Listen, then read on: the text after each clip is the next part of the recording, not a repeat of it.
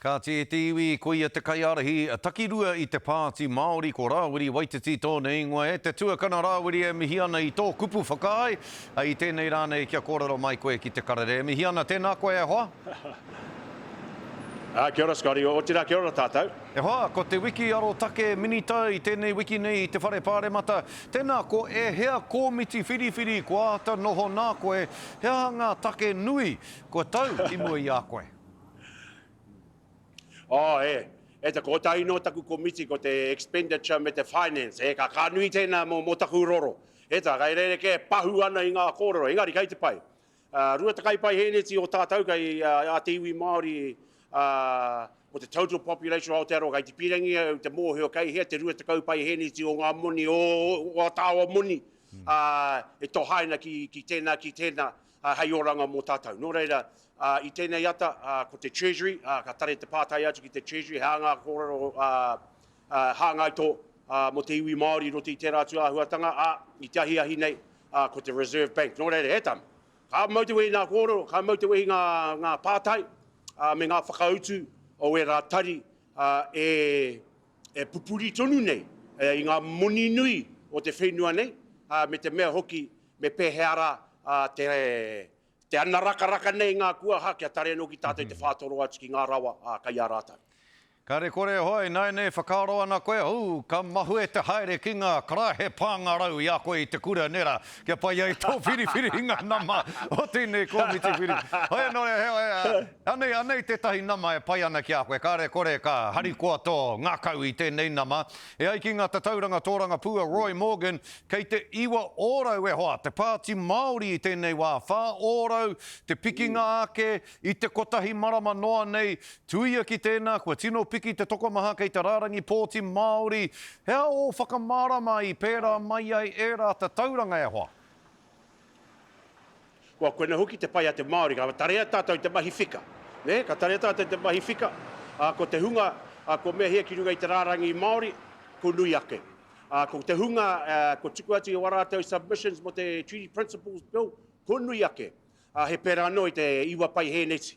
Ko riro i te pāti Māori tēnei wā. Kai te rongo mātau, i te aroha, e hara o tangata whenua noe ho, engari o tangata riti hoki, a tangata moana hoki, a ngā rangata i pākene, ka hikoe au i te titi nei, i Lambton Key nei, ko ngā rangata i tangata titi nei, ngā rangata i pāke, hara mai nei ki te koro atu ki a rātou, ka te tino tautoko mātau i a koutou, nuera tua hua tanga katoa, no reira. Ai, waimari e mātau, ka tarea mātau te mahi whika, a koe hoki ngā whika pai ki a tātou i tēnei wiki.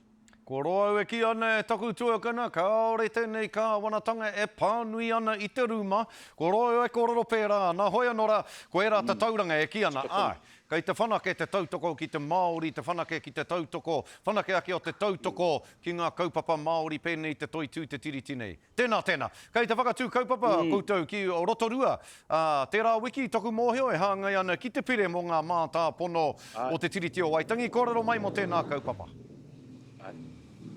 Ko te snacktivation tēnei. Ko te snacktivation tēnei kei te haere ngātai kia iarau me te nui o ngā tāngata e whakahui, whakatōpungi nei a tātou, kia tare anō ki te tauawhi i te hunga e hia tiana ki te tuku atu i o rātou submission. Ko te snacktivation tēnei, kei runga i ngā pai tuku, ngā pai rārangi social media, kei runga i taku social media ngā wāhi e hui tahi tiana e taku tīma, ki te tauawhi i te hunga e hia tiana te tauawhi i rotu i tēnei tuahuatanga. Nō rea, wetei o tātou kei te ahua raru mo te pānui, mo te tuhitui i wera tuahuatanga katoa, kei te pai. Kei wahoke ake te hunga e tare an, tare te whakatika anu hoki te tare te tauawhi i te hunga e raru ana, e pōtatu ana i runga i te kaupapa nei. Engari, kau e pōtatu, kau e raru, kei te pai, he nui ngā tāngata kai wahora, he nui ngā tāngata kai runga i te social media e pirangi te tauawhi i te hunga, kāre anō ko haina ti o rātou submissions. Pai tēnā kaupapa. Hoi anō, hei whakakapia ke te rangatira i ui tia te Premier, Christopher Luxon e Jack Tame o Q&A. Jack Tame, kuia tētahi o ngā tino toa o te ao Māori i tēnei wā. Ka wero ia Christopher Luxon, ka wero ia David Seymour. Engari ia e kōrero ana kia Christopher Luxon. Ka puta te kōrero ia Luxon, kei te whakaaia, koe kino ake te whanaungatanga i Wainganui te Māori me te Karauna i raro i tōna Premier tanga. Pei o whakaaro ki tērā kōrero ana.